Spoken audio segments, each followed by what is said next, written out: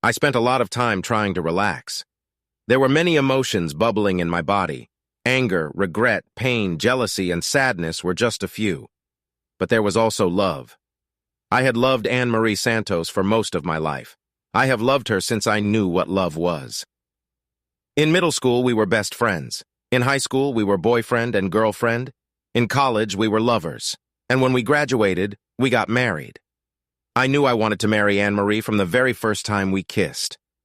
My mom and dad tried to get me to date other girls. They were very concerned that Anne Marie and I were too close at such a young age. I understood their point of view, but it didn't matter to me. I never felt I had to hold back or give up anything to be with Anne Marie. I suppose if I had, we would have just drifted apart. I chose the college I wanted to attend purely on academic criteria, and it just so happened to have the best opportunities for Anne Marie as well. We had many unrelated friends and interests. We spent a lot of time apart. But the best times we spent together, she was my best friend, and I married her. Anne Marie was my complete opposite in many ways. She was outgoing, and I was reserved. She was short, 5 feet 5 inches on her best day. I was tall, 6 feet 4 inches when my growth stopped. She was the emotional one. I was the calm one. She had a large family, and I was an only child. She was an athlete, and while I was always trim and fit, my interests were more academic. She was a devout Catholic. I believed in God, but was skeptical of religion. I was pretty enough. She was very, very good-looking. I wasn't a movie star, and she wasn't a model, but we were a good match. I can't say exactly what caused our mutual attraction. I can only say that it was genuine. When we were kids, she would gently tease me, and I would pretend to know how a gentleman should behave. I would watch her play, and she would come to my debates. I was always proud of her no matter what she did, and her smile always let me know she felt the same way. We never made plans, but we always ended up together. I never made her choose me, and she never asked me to change a single character trait, but we always ended up putting each other first. And we could talk to each other about anything, about dreams, fears, desires. We always shared everything. That's why it was so shocking. That's why it hurt so much. I wasn't sure I believed in soulmates, but if I did, she would have been mine. We were caring and attentive. It was more than just lust. When I asked her father for permission to marry his youngest daughter, he gave me a first-class interrogation. He questioned everything about our relationship.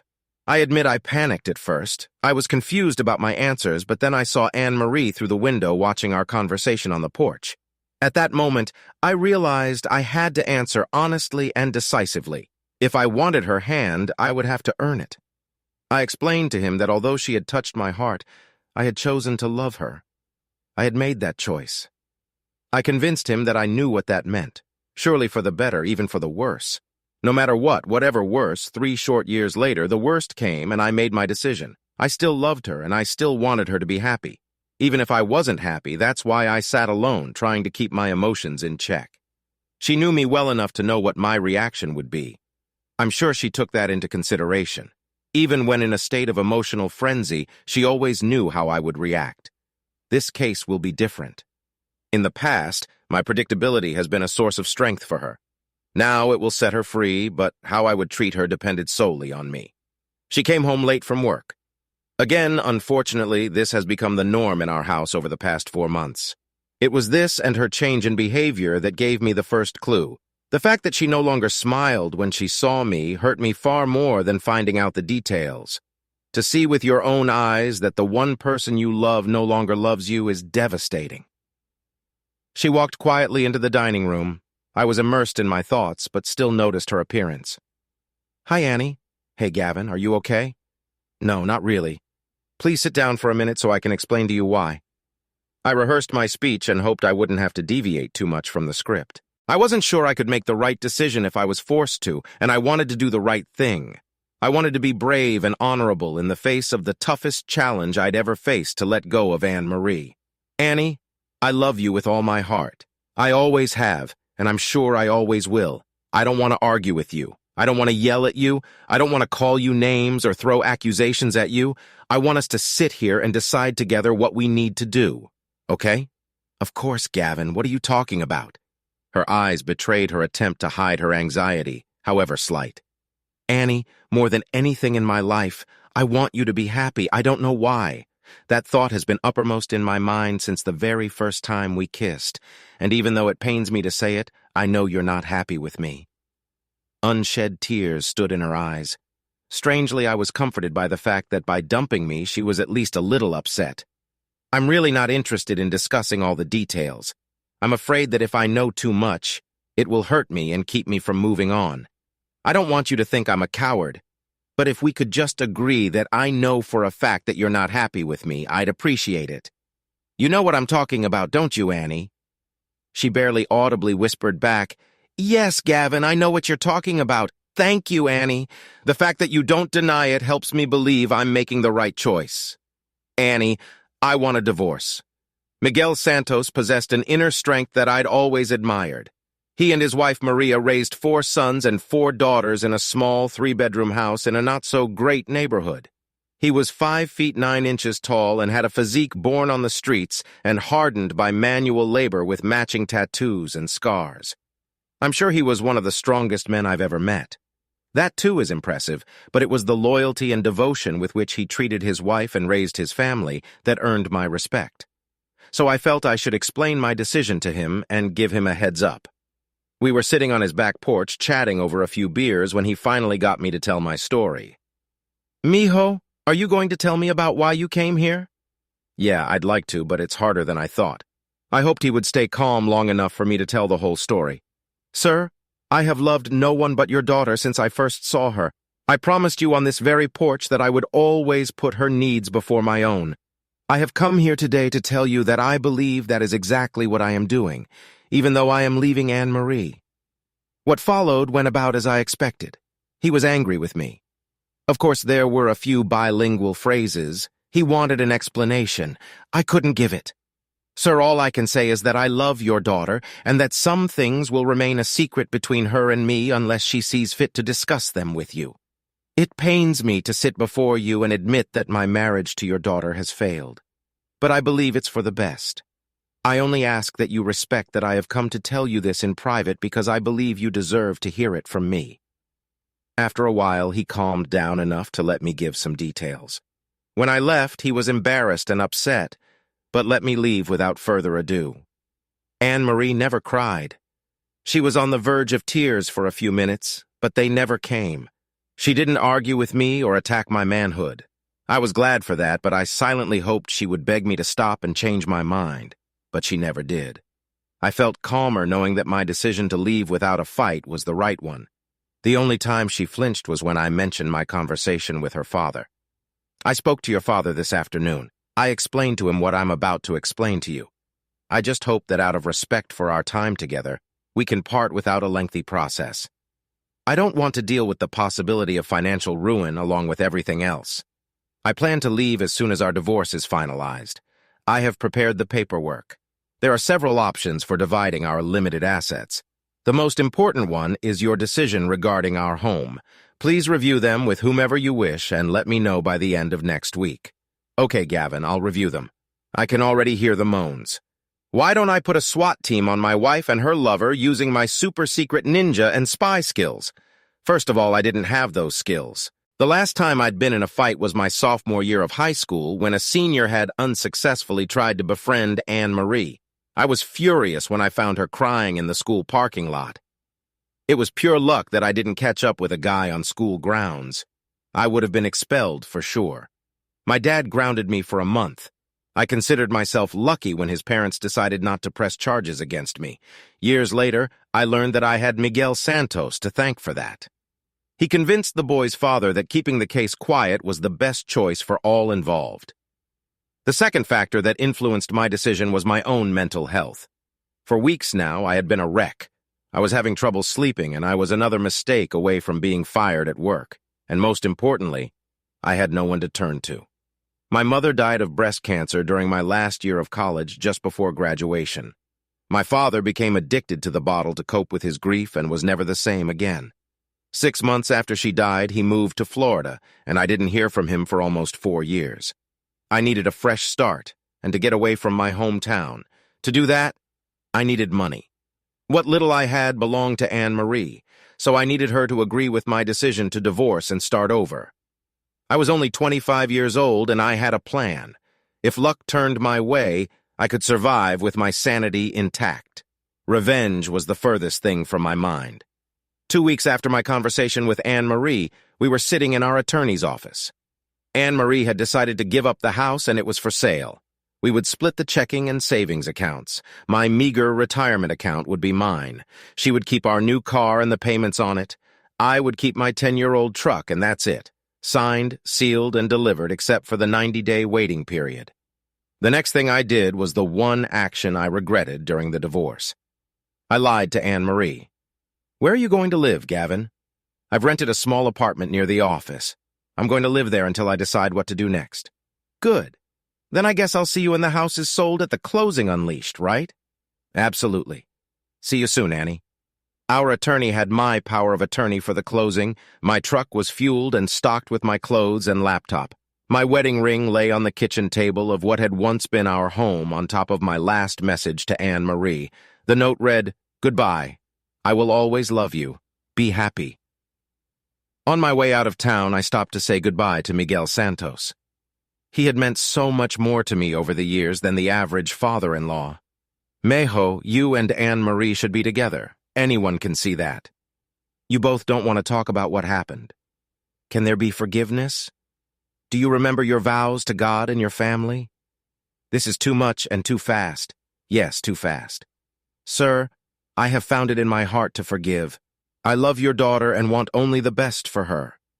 Now, I need to find peace." Maria Santos hugged me at the door, letting me know she understood more than she was saying. When she finally let me go, she put her hand on my cheek, closed her eyes, and stood silent for a while. When she opened them again, she spoke in a voice that only I could hear. "God bless you, Mejo. I will miss you. I had to leave before I broke down. When your spouse is clearly unhappy with you, it's good to know the reason why." I had no idea. Little things popped up from time to time, putting the toilet seat down, picking up his socks, loading his dishes into the washer. But in the last few months, we'd never once had an argument over nothing. I thought maybe she was stressed out at work. They were clearly working longer hours. I asked her about it. She said she had to work harder, but she would be fine. Then I did the one thing I knew would not get me into more trouble. I started doing more than I should around the house. I started cooking dinners more often and doing the dishes right afterward. I did laundry and folded towels and sheets. I dusted the furniture and washed the windows. I tried to do anything she might notice, anything that would melt her icy attitude toward me. After a few weeks, I broke down and took on my least favorite chore, cleaning the bathroom. If I hadn't done that, it probably would have been a while longer before I found out. I know I would have never thrown the trash out of the bathroom. I know I wouldn't have seen the box with the pregnancy test. This piqued my curiosity, and I started rummaging through the trash until I found a positive test. This led me to the medicine cabinet and its full dispensers of birth control pills. It led me to reflection and a horrible conclusion. We hadn't had sex in at least 7 weeks. For almost 2 months, we made excuses that we weren't feeling well. Too tired, too stressed. It was the longest we'd ever been away, but I hadn't thought about the possible consequences. I had to be wrong, but I knew I wasn't. Another man had impregnated my wife. But who? The answer to that question didn't take long to answer. I called Anne-Marie and prepared to ask the painful question. Her direct number was forwarded to the front desk. I asked to speak to Anne-Marie, but was informed that Miss O'Connor had already left for the day. I decided not to leave a message. Her car was still parked in the parking lot when I pulled up to her office about 20 minutes later. My faint hope that she had been in an accident and someone was frantically trying to contact me had crumbled. 30 minutes later, all my questions were answered. Her boss, Michael James, stopped his car right next to Anne-Marie's car. She stepped out of the passenger door and walked over to him. I saw her smile as they finished kissing, openly, without a care in the world. My smile freely given to another. That was all I needed to know. I was a few minutes ahead of her. I had no trouble hiding my feelings from her that night. She barely glanced in my direction. It took me a little over 2 hours to realize that my marriage was over, and why. It was a 20-hour drive to Las Vegas. I made it in 4 days. The first day I drove through Nebraska and Colorado. I took my time driving through the mountains of Colorado and Utah because I liked the peace and tranquility I found crossing the great watershed, and because I wasn't sure my truck could handle the terrain. At first, I was worried about the engine, but by the end of the trip, I was more concerned about the brakes. At the end of the 4th day, I laid down on an uncomfortable mattress in a hotel off the strip. I slept for the next 18 hours. Checking in, buying books, and filling out housing applications didn't take long. Less than a week before, I was a 25-year-old, newly divorced student with an adulterous ex-wife and no family. Now I was a first-year law student living in a one-room dorm with a shared kitchen and bathroom. I was on my way to a new life. I wish I could tell you about my new exploits and acquaintances after returning to college life, but nothing could be further from the truth. I had no experience with dating. It was always just Gavin and Anne-Marie. I had no idea where to even begin. I can tell you that during law school, I never had a single date. I didn't even have any close friends. If any woman even hinted that they were interested in me, I missed those signals. Instead, I used school as an escape and put all of my energy into my studies. I spent the next 4 years working toward my Juris Doctor and MBA. It wasn't such a crazy idea. I was studying for a 4.0 GPA. Anne-Marie and I discussed the possibility of going back to school once we had a stronger financial footing. When I decided I needed to move on with my life, the first thing I did was take the LSAT exam and fill out the applications. Why Las Vegas? They were the first to accept me with a full scholarship and grant package. I didn't know anything else about the school or the city except that they had the program I wanted and they were far away from my hometown. About once a month, I would send Mr. and Mrs. Santos a letter telling them about my studies and my life as a graduate student. This was a habit I picked up from my parents when I was a student. Maybe it was a matter of routine, or maybe I hoped that someone in the world cared about what I was doing. 13 weeks after the start of my first semester, I had a package waiting for me. I now knew the exact dollar amount. My love and heart was worth $7,642.18 after fees and expenses, of course. This was probably the 3rd most depressing day of my life. Periodically, every few weeks or so, I would get an email response from Miguel or Maria Santos. I never let them know where I really was, and they never asked. They would give updates about one of their other 7 children, but never about Anne-Marie. It allowed me to imagine that I had a family that missed me. I don't know if it was helpful or not, but it made me feel less alone, so I kept in touch with them. For the first 6 or 7 months, there was always some hints, but never anything explicit. Forgiveness, reconciliation, fatherhood, responsibility. They never talked about it explicitly, but never dropped a strategic, hopeful anecdote. And suddenly the reminders and hints stopped. I never doubted that Anne-Marie would keep her baby, but I wondered if she would tell her parents the truth before the baby was born and could no longer be hidden. I also wondered if Michael James would divorce his wife, abandon his 3 children, and do the honorable thing for Anne-Marie. I was left to wonder because I didn't have the courage to make inquiries, but I knew that the likelihood that a child born to a black man would look like me or inherit my light brown hair, fair complexion, or green eyes was slim. I felt a bit of a coward when I sent flowers, balloons, and a gift basket to the James home to congratulate Mr. James and Anne-Marie on the birth of their baby. I sent a duplicate copy of Anne-Marie's congratulations to her office, addressed to the president of the company. I promised myself that I wouldn't stoop to intentionally trying to hurt anyone, even Michael James, but the pain was still too much. I needed to do something about it. I didn't spread any malicious rumors, I just offered my congratulations. In fact, I was genuinely happy for Anne-Marie. She always talked about her love for her children. We talked about having a big family, many children, and hopefully grandchildren. She was working toward her dream, and I was happy for her. But I didn't lose sight of the fact that her happiness came at the expense of my pain. And without knowing what really happened after receiving my gifts, I could envision a disastrous outcome for Michael James, however unlikely it really was. Thankfully, this simple cowardly act allowed me to legitimately close that chapter of my life. I was still hurting, really hurting, but it was over, and nothing could be changed. It didn't help my social life. I didn't have one, and wouldn't have one for a few, well, many years. I met my first real friend after my divorce at work, and he was 20 years older than me. The small law firm I took a job at specialized in real estate transactions. The starting salary was above my expectations, but not prohibitive. I was good with contracts, always good with numbers, and later found out I was good with people. Gavin, people need to be able to look you in the eye and know that you can solve their problems. They hand you the keys to their dreams and trust that you won't screw up. You have a gift, and I'm going to show you how to use it. David Rothschild was the senior partner assigned to review my work. He actually did more than that. He became my mentor, and life coach.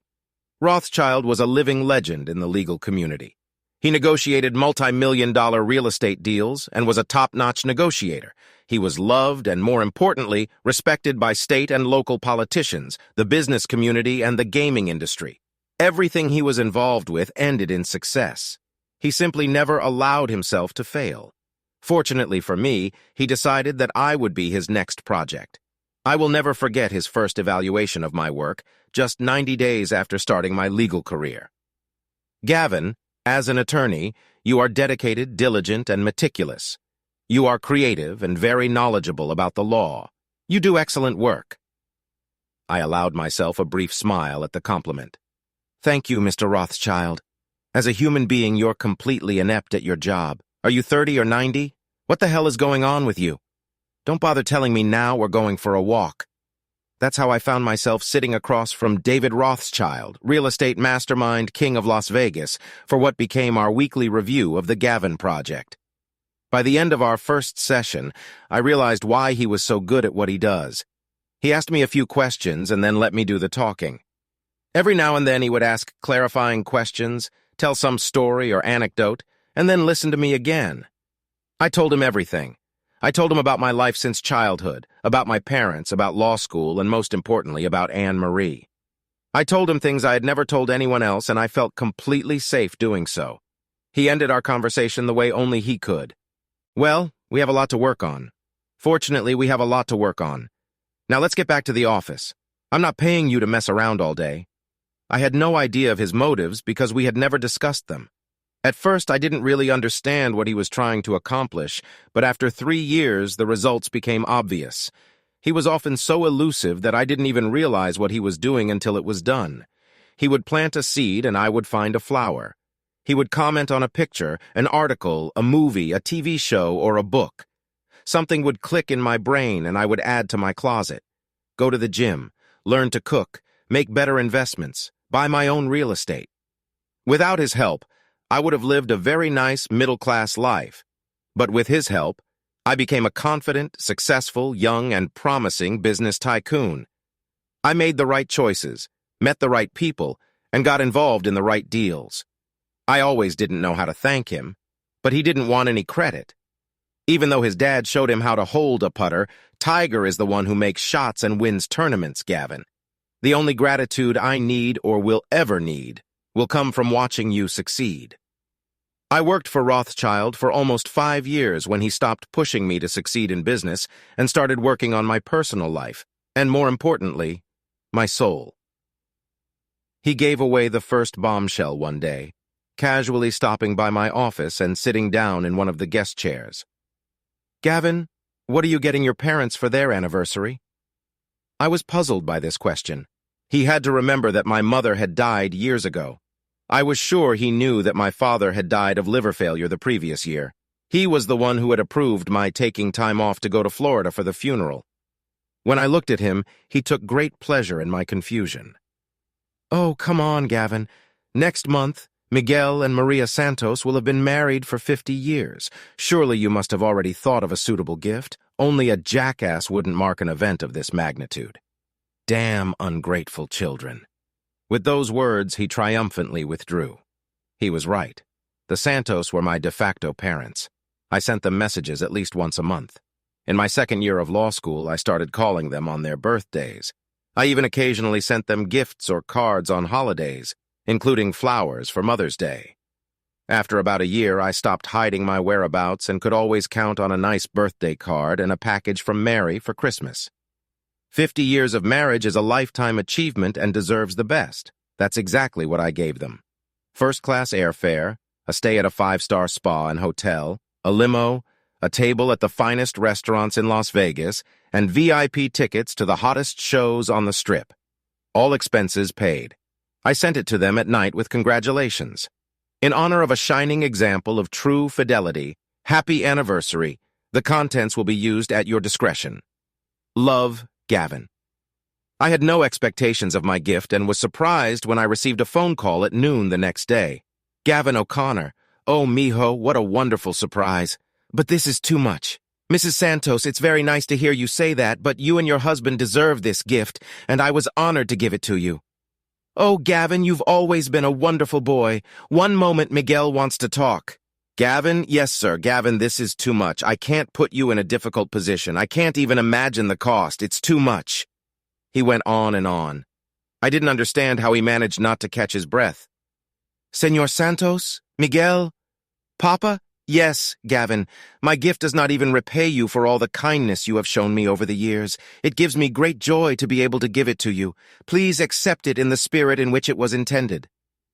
After a short pause, he uttered, See, mijo, we accept. Wonderful. Happy anniversary. From there, the conversation turned into one that any travel agent would be proud of. I explained to the best of my ability everything I thought they would enjoy about the trip. I hung up the phone after many words of gratitude and love, and I felt better, much better. I think it was the first non-selfish act I've done in almost a decade. I was just reflecting on that fact when I noticed Rothschild and his huge grin darkening my doorway. Damn ungrateful kids. Shut up, old man. The Santos' vacation didn't go at all the way I expected. I assumed they'd want to use my gift to the fullest, sightseeing, eating at great restaurants, resting and relaxing at the hotel and spa. They did, but they always dragged me along with them. But the most important thing they wanted to do was spend time with me from the minute they checked into the resort. Judging by the arrival time, the drive time to the hotel, and the few minutes to check in, they hadn't been in the room more than 5 minutes when my phone rang. Gavin O'Connor. Mijo, when are you coming to see us? Hello, Mrs. Santos. How was the flight? Good, good. Miguel said we need to rest for a few minutes, but then we'll be ready to leave. When will you be arriving at our place? Well, I think I can be there in about an hour. Oh, mijo, great. I'll see you then. To be honest, I hadn't planned on spending time with the Santos during their trip. They had enough things to keep them busy. I had work piled up on my desk and was contemplating how I'd rearrange my schedule when Rothschild walked into my office with 2 paralegals in tow. Gavin, I took the liberty of assigning you some time off. I think you need a break. Now get out of here and don't come back for a week or you'll be fired. The paralegals boxed up all my work and quickly left, leaving my desk empty. Gavin, spend some time with your parents and I'll take care of everything else. That's what I did. However, I broke one rule. The Santos insisted on visiting my office. Rothschild didn't usually joke about a man's employment status, but when we entered the office, it seemed like he was expecting us. He personally gave the Santos a tour of the office, introducing them all as my parents. Coffee and snacks were waiting for us in the conference room where he spent almost an hour telling the Santos about my work, praising my accomplishments and treating them like royalty. I will say that I was very pleased to see the Santos glow with pride when he talked about me. Maria almost never left my side, pouting my hand every time someone said nice words about me. We're so proud of you, mijo. The rest of the week went by in the same vein. Rothschild's influence was felt almost everywhere we went. I'll be honest, I chose the limo, resort, restaurants, and shows for Santos's trip based on business contacts I'd made over the years. I performed a few favors. Nothing major, really, but Rothschild put his best foot forward. Everywhere we went, we were treated like VIPs. We were greeted by owners, not managers, directors, not assistants. They told the Santos stories about how I helped them with their business and treated us to the best seats in the house, the best wine on reserve, or the best of what they had to offer. It was really something. Mr. and Mrs. Santos, I have to admit that this week has been a little too eventful. I know and have worked with all of these people, but I have never been given this level of service before. I'm afraid I'm living a much more meager daily life. Gavin, we think it's wonderful that you have so many friends who wanted to show us how special they think you are. We always knew you were a very special young man, and we've always been proud to call you that. Maria Santos couldn't finish, but Miguel stepped in effortlessly. "Our son, you are what you are, and what you will always be. You have made the oath before God that made you a part of our family. You have fulfilled every point of that vow. You have been a constant in our lives since you were a baby, and we have had the honor of watching you grow into a fine man. A father couldn't ask for more. Gavin, we love you and are very proud of you." Miguel Santos had aged a dozen years, but his strength hadn't diminished in the slightest. I thought he was going to break a few ribs as he hugged me. A moment later, Maria Santos joined our tearful embrace, giving me my first real family moment in so long. It filled my spirit with joy. The rest of their trip went by quickly, and I was sad to see them off. I promised to visit them soon, but first I had some business to attend to. Once again, Rothschild knew exactly what I needed. I returned to work encouraged and more productive. When I told him about my idea, he only smiled and gave me his blessing. The project was relatively small in scope and would not generate long-term income, but it was probably the most important project I'd ever taken on. It only took 6 weeks to complete all but one of the necessary title deeds. I already had a buyer with a full financing package in my pocket. I made a few more phone calls, 7 to be exact, to people who weren't expecting my call. Then, armed with new information on how to close the deal with the remaining property owners, I was ready and booked a flight to my hometown. I was to visit it for the first time in almost 10 years. I was at the airport waiting to board my flight when I met Amy and Lydia for the first time. They were working at a coffee kiosk in one of the terminals. I was uncomfortable eavesdropping on their conversation, but they didn't try to keep quiet. Everyone in line for a latte knew what their problem was. It was actually quite simple. The appliances and plumbing in their apartment were broken. The landlord refused to fix the problem. In addition, he was told that if they canceled their lease, they would lose their security deposit, which meant they would have no money to get out of the horrible situation. As Amy handed me my coffee, I handed her a card with instructions written on the back. "I couldn't help but overhear your conversation. I think I can help if you'd like. This is my business card. Call the number on the card and ask for Marcus. Tell him that Gavin, that's me, told you to ask him to find Melvin. Melvin, it's very important. He's going to need your information and your master's information. He'll take it from there. If you need help finding a new place to live, tell Marcus. He will help you find a good place in your price range." I've written everything on the back of the card. At that moment, the boarding for my flight was announced. "This is my flight. I have to go. Don't worry about the cost. I'll take care of it. Just use the number. Marcus, Gavin, Melvin, okay, good luck. Why did I offer to help them? It's a simple question. In my time in real estate, I've seen a lot of assholes. It was Rothschild who gave me a fundamental belief about working in this business. Gavin, real estate is not a zero-sum game. There should be no winners and losers. In the best deals, everyone wins. Our clients get sound investments at the right price, tenants get premium, high-end properties, and everyone makes money. We are not in the business of scamming people. We're matchmakers, not pimps. So a few phone calls, a letter, and maybe 30 minutes of work. And one of our paralegals would clean this asshole out and get 2 girls out of a bad situation. From time to time, we did pro bono work. This was no exception. Before disconnecting the phone, I sent Marcus a quick email so he wouldn't be surprised when he got a call, and also so he'd know how to charge for his time. The flight to Omaha was relatively short, and I quickly got my rental car and luggage. For a few minutes, I wheeled aimlessly around the city. Not much had changed. At least the major landmarks were still the same, but there was something new. It seemed to be the same, but no longer like home. I drove through the Santos neighborhood. Every house but theirs was in disrepair. This neighborhood had never been the best, but it was clearly neglected now. I knew some things had changed, like the new condominium complex that was my final destination. The design was unique to the area. Several levels of condos above retail space filled with restaurants, a movie theater, and stores, including a grocery store. Adjoining the house was a large park with several walking paths. Everything was perfect. The apartment I was in was brand new with 2 bedrooms, a large open living room, dining room and kitchen, and a separate den. It had a large balcony overlooking the park and a beautiful view of the skyline. The master bedroom and bathroom were spa-like with a jetted tub and large tiled shower. The space was beautifully furnished. The fixtures were top of the line and the appliances were top of the line. A few photos and personal touches, and you'll feel very comfortable. I expected the Santos to meet me for dinner at one of the restaurants, and they were on time. They were dressed for a night on the town, and we had a great dinner laughing. We could only hope that the rest of the evening would go just as well.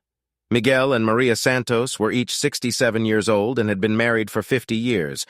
I know what you're thinking. I did the math, too. They were clearly married at a different time. They were both young, at heart, and healthy, but years of manual labor had taken their toll on Miguel. Maria worked as a low-level administrator to save her retirement. During one of our conversations in Las Vegas, I learned that although they were ready to retire, they didn't think they could afford it and worried about living out their golden years in a home surrounded by crime and abandoned houses. I hope to change all that. As Rothschild reminded me, this is what children do to their parents. I invited them back to the condominium for a late-night party. When we stepped into the elevator, they looked surprised. I didn't even know this was a hotel, Micho. The rooms must be expensive. Yeah, we need to talk about that. When I opened the door to the apartment, they both started gushing about the room. It was nice to see that they liked it. I asked their 7 children to describe the Santoses' dream home. Most of their descriptions matched. Some had some details that differed from the others. I was sure I had covered them all. Their attention was drawn to the champagne. Are we celebrating? Yes, I hope so. What's the occasion? I popped the cork. Your retirement and new home. I raised my glass and gestured around the room. Oh my goodness, this is a gift. We can't accept it. It's too much. Miguel has right, Micho. We can't accept something like this. Oh, it's not a gift, but you will have more than enough to buy it. Please sit down and let's talk about it. They faltered a bit, but overall things were going well. When we sign these documents, we will form a partnership, the Santos Investment Group. The first thing we'll do is close on 19 properties within a 2-block radius around your house. The second thing we'll do is package those properties together with your current home, request a zoning change from the planning department, and sell them to Property Management International, which plans to use the space to build a hotel, retail, and parking lot next to the new arena. We'll realize that amount of money from the sale of our property in the next 90 days. I held out a piece of paper across the table with the dollar amount highlighted. I think they were shocked. This apartment is rented as is for the next 3 months with a 90-day option to buy for this amount. I held out a second piece of paper with another dollar amount highlighted. Then half of the remaining profits will go to fund a lifetime annuity for the 2 of you with monthly dividends equal to this amount. A third piece of paper was placed on the table, and then you will begin living carefree on a well-deserved retirement in your new home. I'm only giving you some sound business advice and free legal services. The Santos will not become rich, but they will never have to work a day in their lives. It was more of a silver parachute, and that would be enough. Gavin, how did you manage to do all this in such a short time? Well, buying the property adjacent to yours took a little work, but was easy enough. Mr. Rothschild found a buyer through his business connections. It turns out there's a new gambling establishment being built across the river in Iowa. We easily negotiated a price once we determined the value of the property given its new purpose. The zoning change will happen with the help of our buyer's contacts on the city council, and the rest is just a good investment. Maria Santos cried, but smiled. Miguel only shook his head. I can't believe it. It's just a miracle. It's more than we could have imagined. No one deserves it more than the 2 of you. I hadn't seen or heard from Anne-Marie in 10 years. Her parents had never mentioned her name. Her siblings, though I interacted with them infrequently, never mentioned her name.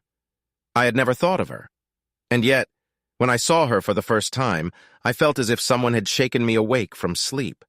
I had loved her all my formative years and the beginning of my adult life. And now I felt nothing. Our meeting was as random as it could ever be. I didn't pack well, choosing my favorite things over coordinated outfits. I needed to buy a few things to stay dressed throughout the trip. Luckily, the new mall had one of my favorite stores. When I left town, it wasn't here yet. I had been walking around the store for a while when I heard a familiar voice. You have great taste. Anne-Marie looked almost exactly as I remembered. A little older, a smile not as bright, and a couple extra pounds. Nothing special. Just a more grown-up version of the woman I'd married. Hi, Anne-Marie. Why are you here? I'm shopping. What about you? Oh, I work here. I meant, why are you in town? Just finishing up some business and visiting old friends. Oh, I was going to get on your list of friends you're going to visit. Honestly? No. Oh, okay. It was nice to see you, Gavin. You too, Anne-Marie. I thought that was the end of it. It was very awkward, but not to the point of goosebumps. I thought it had gone better than I could have expected since I wasn't planning on seeing her again. My peace of mind was short-lived when I noticed her working the cash register. She finished selling before she spoke again. Gavin, how long will you be in town? Maybe a few days. Do you think we could get together and talk at least a little? I'll think about it. She handed me her card. I walked away without another word. I really didn't have anything to say to her. I had really gotten over myself. I hardly made any phone calls. Against my better judgment, 2 nights later, I found myself sitting alone in a booth at one of my favorite bars. Anne-Marie and I often met friends here on Friday afternoons after work. The place was cozy enough, but not like it used to be. She was clearly all outfitted. A little black dress skimmed her curves, which had widened noticeably with age. Black shoes with 4-inch heels showed off her legs. She had clearly spent time on makeup, hair, and manicures. If she had been a stranger, I would have even asked if I could buy her a drink. She actually looked good. I didn't stand when she slid into the booth across from me. She waited a few minutes before she started. You lied to me. You lied to me first. I knew what she was talking about. She knew what I meant. She had the courtesy to make an embarrassed look before she continued. I didn't think you'd actually leave town. I was hoping we'd have a chance to talk. What would have been the point of that? I don't know. I really don't. But I do know I wasn't happy when you left me. Well, you left me no choice, so I don't feel guilty about your unhappiness. She was slightly surprised at my tone. I wasn't being harsh. I was just being truthful. Gavin, I never stopped loving you even when I did what I did. I had to sigh. I wondered if she would choose to go that route. Anne-Marie, the only good thing about our divorce was that you never lied to me. Probably because I never gave you a chance. But I'm not going to sit here much longer if you're going to lie to me now. What do you even want? Why are we sitting here? It's not going to change anything. What happened to us is long over, but you never fought for me. You just gave up on us without even arguing. It was so unexpected. Why did you leave me without even trying? I thought you loved me. Well, I guess we'll have to agree to disagree. The way it looked to me, you gave up on me. Without a single word, you abandoned me without giving me a single chance to fix what you thought was broken. I just put it on paper. That was a mistake, Gavin. I made a huge mistake, and I'm sorry. Okay, I had to groan. The years spent apart had given me clarity. Apparently, those same years had put Anne-Marie in a state of delirium. Bullshit. A pained expression appeared on her face, and her eyes began to water. But everything she said was a lie. Just because things didn't work out the way you hoped and you're feeling remorseful doesn't mean you can rewrite history. Please don't insult my intelligence by pretending you care about me. I cared, Gavin. I loved you. I still love you. You honestly believe that? Do you? It's true, Gavin. Okay, let's consider this theory. Was it you or Michael James who decided that I should be deprived of sex with my loving wife? She looked me straight in the eye, and for a second there was a flicker of shame in her eyes. But mostly it looked like she didn't want to answer and probably regretted starting this. It was him. So your endless love for me not only allowed you to spread your legs for another man, but to submit to his wishes, even though it would clearly hurt me? Gavin, How long did you wait before you stopped taking birth control pills? What? Well, I mean, you didn't accidentally get pregnant. You decided to let him knock you up. That's what you wanted to do. When were you going to tell me you were carrying the baby you promised me in your womb? Or were you going to tell me you were carrying my child knowing we had nothing? She didn't even bother to open her mouth to try to answer. Why aren't you with him? Where is he anyway? He didn't want me. His wife found out about the baby and so did his boss at the office. His wife divorced him and he had to resign from his position or he'd be fired. He left me. I had to quit my job too. It was too embarrassing to be there when everyone knew what happened. And I'm supposed to feel bad about that. Why? I don't know, Gavin. I really don't. I made a mistake. I got involved in a bad thing and I couldn't stop. I know I was wrong. Can't you forgive me? I love you. I died the day you left me and I've missed you ever since. I wanted you to come back and give me another chance. I wanted you to give me a chance to apologize and tell me I'd never do it again. I'm all alone, Gavin. My parents barely talk to me. My siblings don't want me around. I don't have any friends. I'm all alone. Anne-Marie, I forgave you a long time ago, but I don't have a chance to go back to what we had. As for the rest, you have your bastard. He can keep you warm at night. That's cruel, Gavin. It's no more cruel than the lies you tell me. I'm not lying, Gavin. I want another chance. It's what I've dreamed of all these years. It's never going to happen. Why, Gavin? I know you love me. You said so yourself. You said you would always love me. I've always loved you. Why doesn't that work? For 2 reasons. 1, I'm no longer the same person who married you. I've changed a lot. You don't know me anymore. And I certainly don't know you if I ever did. You do know me, Gavin. I'm still the same as I was then. The woman you loved. So your first reason doesn't matter. What's the second? You know, Anne-Marie, that's the first thing you said. And I truly believe it. But let me tell you about the second reason, and then I'll ask you a question. You wanted someone else. I let you have what you wanted without saying a single harsh word. Because I loved you. Maybe I love you differently now. Since the day I left you, I've gone to law school, passed the bar exam, started a new career, and built a new life. But the one thing I haven't done is have another lover. I haven't had an affair with a woman since the last time we made love. Let me ask you something. How many different men have you tried in the time you've been pining for me and our lost love? Anne-Marie couldn't even lift her eyes to meet mine. You see, I knew you were telling me the truth, Anne-Marie. You see, I didn't know it then, but the woman I loved was a lying, cheating whore. How could I ever trust you again? Why would I even want to? Give me one reason why I would want to let you back into my life that wouldn't benefit only you. If you can do that, maybe we have a chance. She cried quietly as I got up to leave. That's what I thought. Goodbye, Anne-Marie. 3 months later, I saw them again. I was on my way back to Omaha to finish some business. Everything was going according to plan. Miguel and Marie were enjoying their new home and freedom. It warmed my heart to see and speak to them when they were so happy. The ladies didn't complain this time, just giggled and smiled as they served the customers. I was already immersed in my phone when I heard them shout my name. Mr. O'Connor. Yes? Can I help you? For a second, I didn't recognize them. I mean, I'd never met them. I didn't even know their names. I was at a complete loss when it came to me. Oh, yeah, Melvin. I'm sorry I couldn't find you. I should have followed up. How did it go? Fine, Mr. O'Connor. We would have contacted you, but we don't even know how to thank you. You're welcome. It's Gavin, and no thanks are necessary. I was just trying to grab some good karma. I'm just happy it worked out for you. I paused for a moment to appreciate the 2 young ladies. Only one was speaking. She was a very pretty brunette with a nice smile and curly hair falling to her shoulders. She was about 5 feet 7 inches tall and had a very curvy but healthy figure. Her companion looked shy. She was a little taller and much slimmer. She had long, straight blonde hair. She didn't look unhealthy by any means. It was just that her figure was small and everything about her matched that.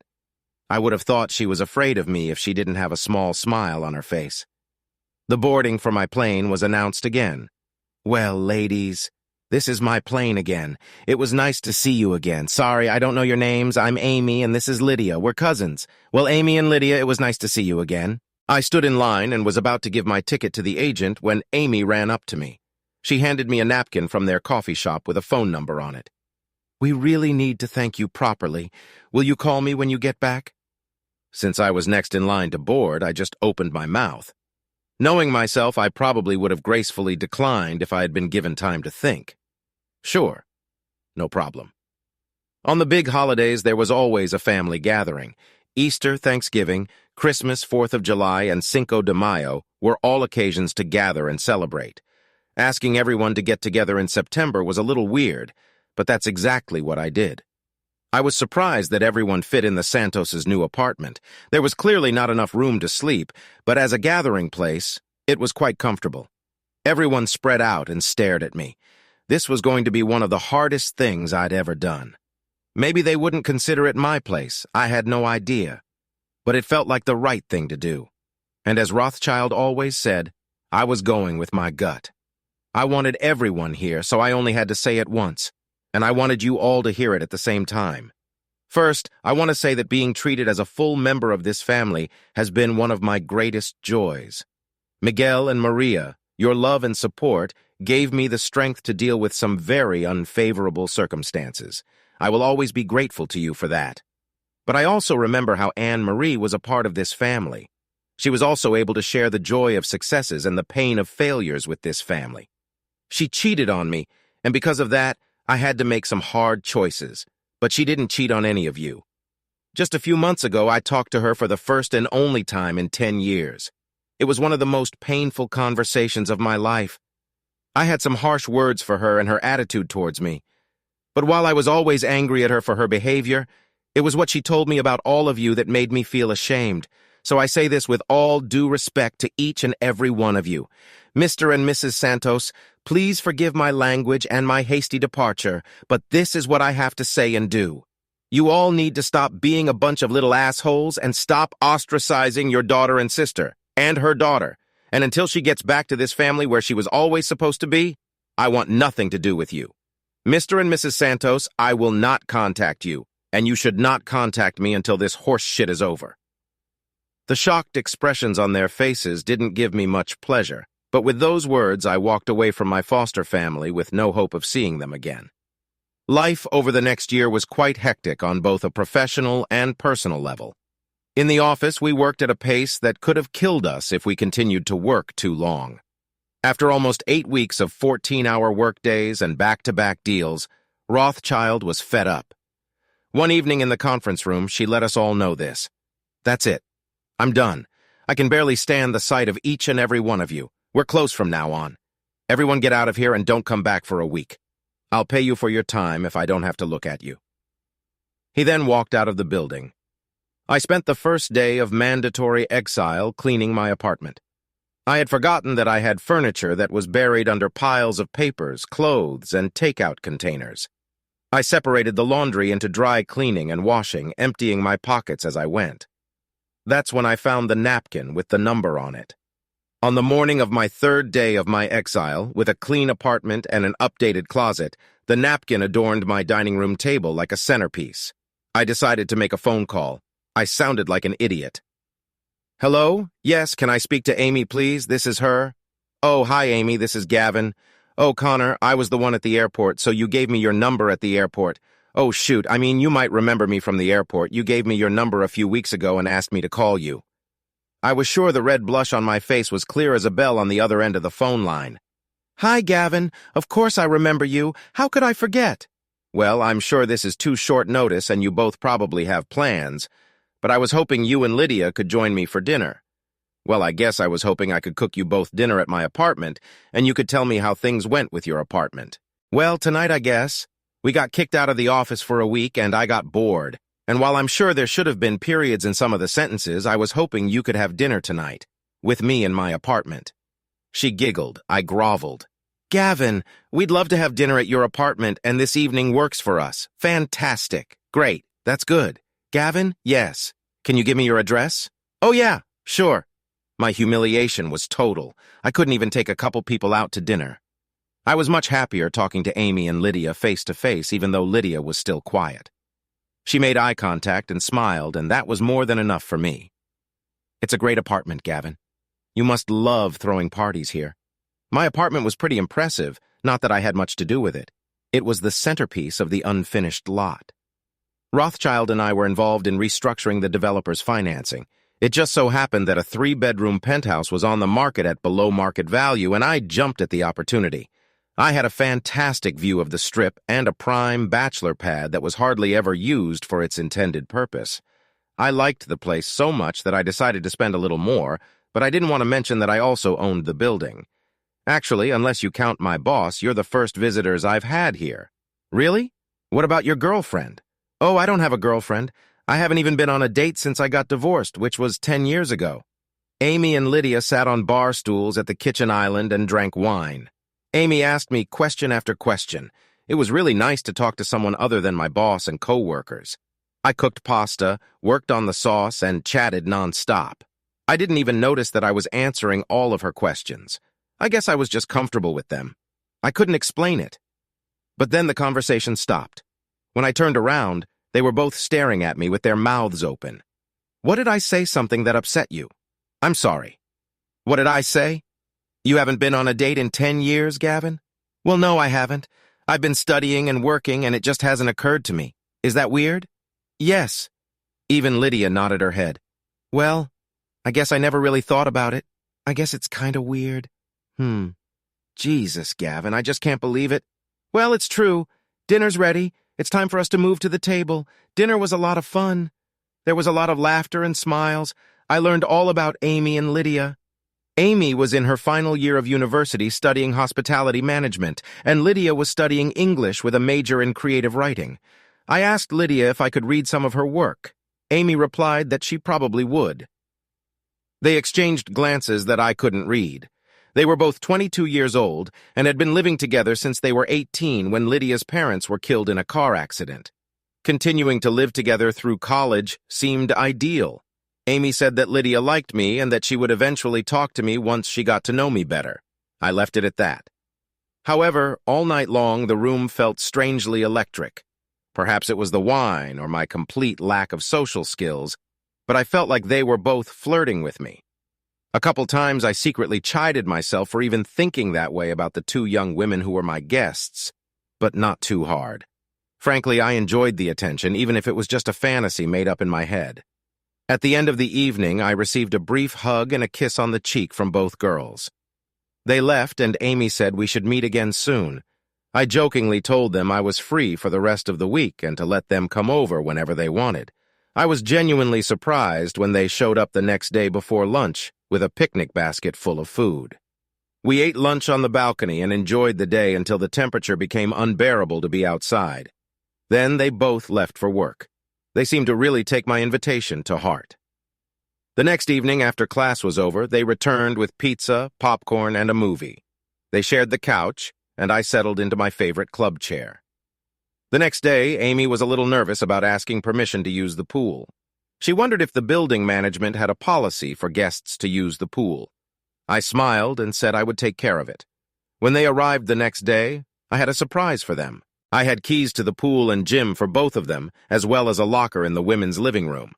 Sometimes it's good to be the king. They had a surprise for me, too. When they came out of the bedroom in their bikinis, I realized I was going to have to increase the intensity of my daily workouts. For a few moments, I was sure I was going to have a heart attack when they left for the pool.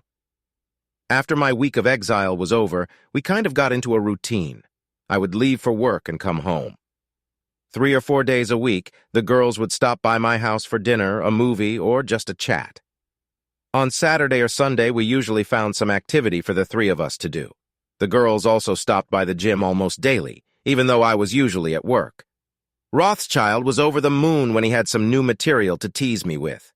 If I didn't know you're sorry, I asked so well, I'd think you were dating 2 women at the same time. Give me a break, man. We're just friends. And for goodness sake, keep your lurid fantasies to yourself. About 4 months into our friendship, I realized something was wrong. One Friday night, we were having a quiet dinner at my house, but the girls were unusually reserved. As dinner drew to a close, I just couldn't stand the tension building. Girls, is something wrong? No, not really, Gavin. Lydia just wanted to ask you a question, but I don't know how to phrase it. Amy, you know you can ask me anything. I have no filter when it comes to the two of you. Just ask, as long as you promise not to be offended by my answer. Well, okay, why haven't you ever made a single step in our direction? Don't you find us attractive? I was a little stunned by the question. It took me a moment to pull myself together. Well, that's a difficult question. Let me just say that you are both stunningly beautiful young women, but I've never made a move on you for 2 reasons. 1, I don't want to ruin our friendship by offending you or making you think I'm some dirty old man hanging around a couple of hot college girls for diversion. And secondly, I don't even know if I have a move. I've never had the opportunity to use it. I don't even know where to start. Amy and Lydia stared at each other for a moment. Then Lydia smiled and nodded. Amy took a deep breath and sighed slowly. Gavin, Lydia and I want you to know that we really enjoy spending time with you, and we both really like you a lot. I like spending time together too. But Lydia and I are also looking for someone special, and we want to make sure you know exactly what that means. Ladies, I meant what I said. You are both extremely attractive, and I can say with complete confidence that neither of you will have a problem finding someone special. I think each of you will find such a person without a problem." For a brief moment, I thought Lydia was about to speak. She was almost begging Amy to continue. "I think you misunderstood, Gavin. We don't want each of us to have our own special person. We want one special person, just one. And we think that person might be, no, I guess it's better to say we think that person is you." To say I was shocked is an understatement. I didn't even have time to finish before she continued. "But we want you to understand exactly what we're asking before we take the next step. So Lydia wants me to ask you to devote an evening to reading some of her works. She feels, and I agree, that this will give you some insight into what she is looking for. Then we'd like to come back tomorrow and talk about what that means for us. And to you, well, and for all of us. Can you do that?" "I think I can, though I admit I'm a little confused. You just want me to read her stories?" "Yes, Gavin, and tomorrow we'd like to talk about them and us." "Okay, I can do that. Now I realize that some of you may have the wrong impression of me. I have strong opinions about what I think is right and wrong. This is true. These beliefs have always guided my actions. I also hold opinions about how you should treat people you care about, especially friends and family. In addition, I try to show kindness to strangers and people I don't know very well, but have to interact with on a daily basis. However, I am not so narcissistic that I think all people share my opinion, so I have a live and let live philosophy. As long as someone is not hurting others, I had no opinion on how they lived. Want to have 19 kids, a wife and 4 dogs? That's fine with me. Just treat them well. However, I can also be a real hard ass. Those who cross paths with me in business deals really regretted it. Rothschild called it my Jekyll and Hyde quality. He said I was always giving people a head start, treating them with a little too much respect. But when someone crossed my path, he thought I'd sometimes cut their heart out with a spoon just to watch them die. He thought it was funny. I thought it was a big exaggeration, but I did have a temper. I don't think I was like that before Anne-Marie broke my heart. Until that moment, I had never experienced someone betraying my trust in such a dramatic way. That incident made me very loyal to those who earned my trust and extremely vindictive to those who abused it. For a long time after the divorce, I had almost no libido. I was too consumed with the pain of the divorce to even think about it. Anything that reminded me even slightly of Anne-Marie made it hard to breathe. I coped by ignoring those things and concentrating on my studies or work. It took a long time for that pain to dissipate. I always thought that meeting the love of my life at such a young age was great, but it turns out that I missed out on a big chunk of life experience that could have been useful in my situation. I had never asked a girl out on a date. I had never made a one-night stand. I had no idea how to attract the interest of a girl, let alone a woman. Unfortunately, because of this, I was too afraid of rejection to even try. I was confident in many things, but thanks to Anne-Marie, satisfying a woman was beyond me. Before I knew it, 10 years had passed, and I was beginning to think that I would never get the chance to try anything new. It was with that mindset that I read Lydia's stories. They were stunningly vivid, written in historical tapestries that really showcased her creativity. She wrote like poetry and outlined her character so clearly that I felt like I had known some of them all my life. I learned a lot about Lydia from her stories. The girls arrived around noon the next day. I was afraid I was about to ruin a couple of wonderful new friendships. After grabbing drinks and appetizers, we made our way to the living room. Amy got right down to business. Lydia and I aren't involved with each other sexually. Okay, that's probably important to know, but I honestly hadn't thought about it. Lydia only smiled as Amy continued. Lydia and I always looked out for each other. We weren't just cousins, we were best friends for as long as I can remember. When we started getting interested in boys, we always talked about what we liked, what we did with our boys, and more importantly, what we wanted to do with our boys. I was always drawn to sweet-carrying boys. Lydia, on the other hand, was always drawn to the more aggressive alpha males. The guys she dated were great in the bedroom, but acted like a piece of shit on dates. I guess even though I understood what she needed and even understood the appeal of what she was attracted to, I just didn't want her to get hurt. They sat next to each other, holding hands. Then our worst fears came true. One of Lydia's boyfriends became overly aggressive. A few weeks later, Lydia found out she was pregnant. It didn't go well and she got into trouble. To make a long story short, they had to terminate the pregnancy for the sake of her health, but complications arose. Because of that, Lydia can't have children. Unshed tears stood in the eyes of both of them. We had dreamed of our children playing together since we were young. We were only 19, and that dream ended before it could begin. But I love Lydia more than a cousin and more than a friend. I knew she would always have a place in my life. So we talked, and together we decided that our dream didn't have to end. I would love Lydia's children as if they were my own, and I knew she would love mine as if they came from her womb. So we agreed that we would share my children and raise them together as co-mothers. They both looked at me, I guess, to gauge my reaction. I didn't know what to respond. I felt like Amy was describing one of the most selfless acts of kindness I had ever heard. I had always known there was an unspoken intimacy between them, and now that I knew the story, it all made sense. I think it's one of the saddest, kindest, and most beautiful stories I've ever heard. They both smiled softly. But then we had another problem. Before we could approach anyone with our idea, we had to find a suitable candidate, and after a while, we were sure we'd have to turn them down. The guys I was attracted to were too weak for Lydia. The guys who attracted Lydia's attention were always too arrogant for me. So we were looking for the impossible, a handsome, kind, and gentle, loving, mega-confident alpha male. "And then we met you," Lydia whispered. "It was the first time Lydia had ever spoken to me. It made my heart race," Amy continued. "It was one of the nicest things anyone has ever done for us, and at the same time, you just took charge. You identified our problem, gave us a solution, told us what to do, and then left without saying a word. It was so perfect that we didn't even know how to approach you so as not to ruin the relationship. And then we met up again and started hanging out with you. We got to know the real you, not just what we had fantasized to ourselves, and it was wonderful. And then we decided to take a chance and let you into our world without any secrets. That way, if you thought we were crazy, we'd have a chance to stay friends when you turned us down." Now I really didn't know what to say. I was sure I had just been offered a life with two hotties. There was no way that was going to satisfy me. "Okay, this is too much for me. I need some time to think about it. Can we take a break? I promise we'll talk more over the weekend." "Of course, Gavin, we understand," Amy replied. They left quickly. I felt a little disappointed. I already knew what my answer would be, but I wanted to give them an answer that matched their offer. They had given it a lot of thought, and were clearly sharing something very personal with me.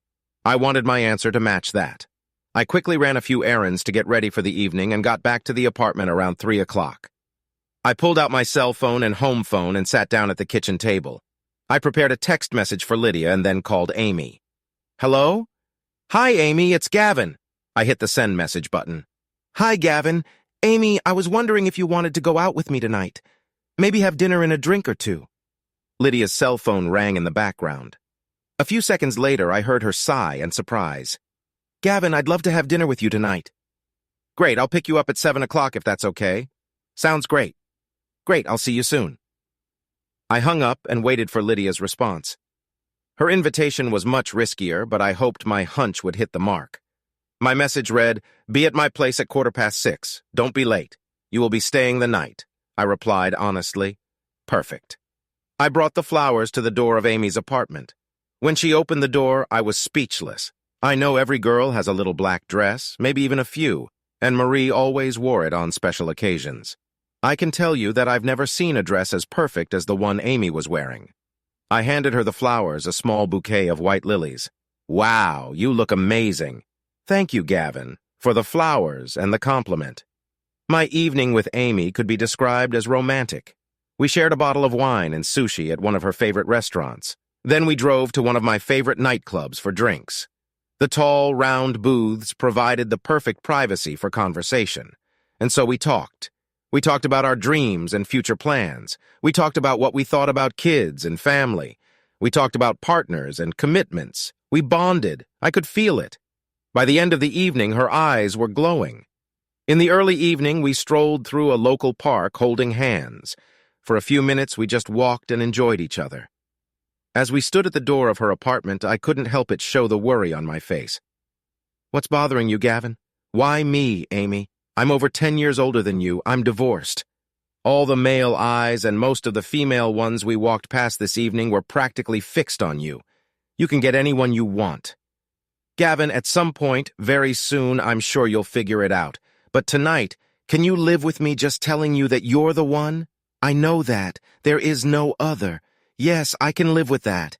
Thank you for a wonderful evening, Amy. No, Gavin, thank you.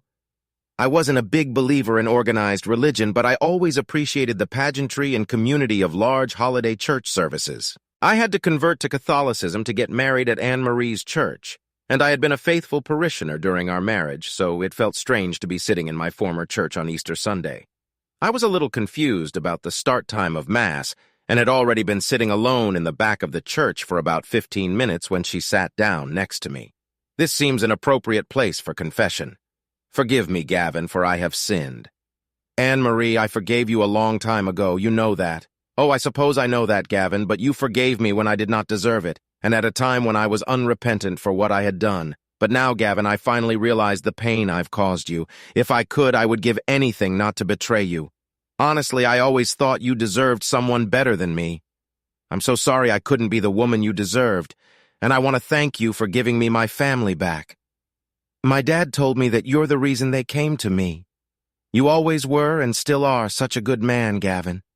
Thank you, Anne-Marie. I appreciate your apology, and you're always welcome. Mass went well. The Easter brunch was hearty.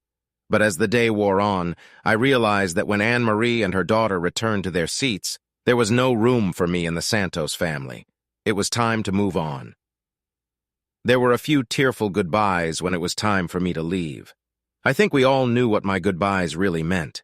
In a moment that made my journey come full circle, Maria Santos hugged me at the door, letting me know that she understood more than she was saying.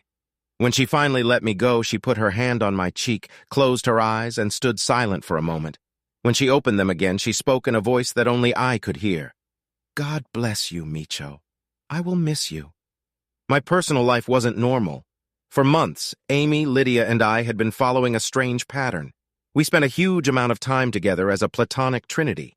If Amy and Lydia lived with me full-time, the difference in our weekly time together would probably not exceed a couple hours. I was insanely happy dating Amy. There was nothing more than kissing between us. She was just saying that we would both understand when the time was right. I couldn't disagree with her. I just didn't feel like we were ready to take the next step. But the most abnormal part was that she didn't mind at all making me tense up and then sending me back to Lydia for relief. Of course, I didn't particularly resist. Lydia, for her part, brightened. Amy told me that from our very first connection, Lydia had told her that I was perfect. Apparently, I could read between the lines. Lydia was a submissive in every sense of the word. She needed to be guided. It made her feel safe and cared for. Amy had managed their day-to-day affairs over the years, and I had gradually taken over that role. Obviously, it was the flowers that were the deciding factor. I hadn't really thought about giving my girls flowers. It just seemed like an appropriate gesture at the time. I gave Amy flowers at the beginning of our first date and other random moments because it was romantic. Lydia's flowers were more of a thank you and had to be delivered at a different time due to certain circumstances. My first real date with Amy was great, but as I walked back to my apartment and to awaiting Lydia, I began to worry that I wouldn't be able to give her what she needed. I shouldn't have worried. I spent hours over the next few months thinking about the best way to woo Lydia, but that first night instinct made all the difference. When Lydia walked into the room with the biggest smile I'd ever seen on her face, holding her flowers, I was finally able to take my first full breath of the day. Mission accomplished. Leaving Omaha for the last time, I enjoyed myself immensely. I told myself over and over again that I had survived Anne-Marie's betrayal of our marriage. I told myself that I had a new life.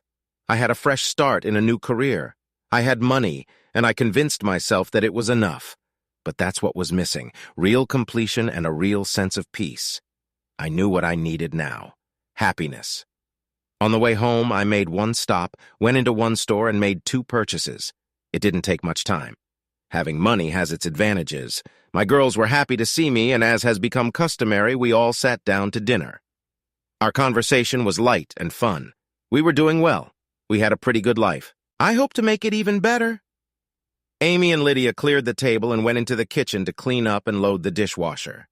I stood behind them for a long time, just watching them work. Together, cheerfully enjoying the tedious task because they were together. I know why we still haven't had sex. Lydia turned to look at me, but Amy didn't budge, preferring to stay with her eyes glued to the sink. When you and I make love for the first time, it will be because the most important purpose a couple can have is to create life. To give a piece of each of us for one beautiful and common purpose. That is why we will be together. But you will have an even more important purpose. You will be sharing your beautiful gift to give Lydia and me what we cannot get on our own. Only you can give Lydia and me what we lack. You will give us the most important thing a person can give, a child. Lydia smiled, but tears were running down her cheeks. I think you've been waiting patiently for me to have an epiphany, and I think you've waited long enough. I knelt down and pulled a box out of my pocket. When I opened it, Lydia started jumping up and down, clapping her hands softly. Amy slowly turned to face me with unshed tears in her eyes. Amy, will you marry me? Yes, Gavin, I will marry you and love you forever, giving everything I have. In complete agreement, Amy and Lydia hugged first. It was a perfect example of how close they were and how we all needed each other, each with our own unique set of gifts that put together perfectly complemented our lives. I slipped the ring onto Amy's finger, and Lydia said approvingly, That is such a beautiful ring, Gavin. Oh, I won't leave you out of it, darling. You're going to be a constant and prominent part of our lives, and I don't want you to think for 1 second that I've forgotten about it. I pulled a second box out of my pocket and opened it so my girls could see the ankle bracelet with a diamond in the center of a Celtic knot. The 3 corners of the knot were set with birth date stones, ruby, sapphire, and amethyst. Lydia, we love you and need you. Please don't ever leave us. Amy was actually crying, but Lydia was surprisingly calm as I slipped the bracelet around her ankle. I'm home, Gavin. I'm not going anywhere. We were married 3 months later in a small ceremony. Lydia stood next to Amy, Rothschild next to me. 6 months later, Aidan James O'Connor joined us. Twins, Sophia Marie and Stephen Michael, were born a year and a half later. Baby Olivia Rose joined our family 11 months after that. Our boys looked like me. Sophia was a tiny version of Amy, and Olivia was a clone of Lydia with a symmetry that could only be divine. Their bond was instant and permanent. Were Amy and I jealous of the fact that Olivia treated Lydia like an only parent, and Amy and I like an aunt and uncle she loved dearly? No, not for a second. Amy and I lived as husband and wife, but Lydia was never far away. I began my journey as a contented married man, but I lost all that. My journey to happiness took a long time, but I found my place again. Our life together was as perfect as any relationship can be. I loved Amy, Lydia, and our children. Amy loved me, Lydia, and our children. Lydia loved Amy, needed me, and treated our children with the love that only a mother can give. No one has ever told anyone about our lifestyle. Only our very close friends know the truth. And we live a very happy life. Together. Thanks for watching. I hope you enjoyed it. So subscribe to my channel and watch the next video.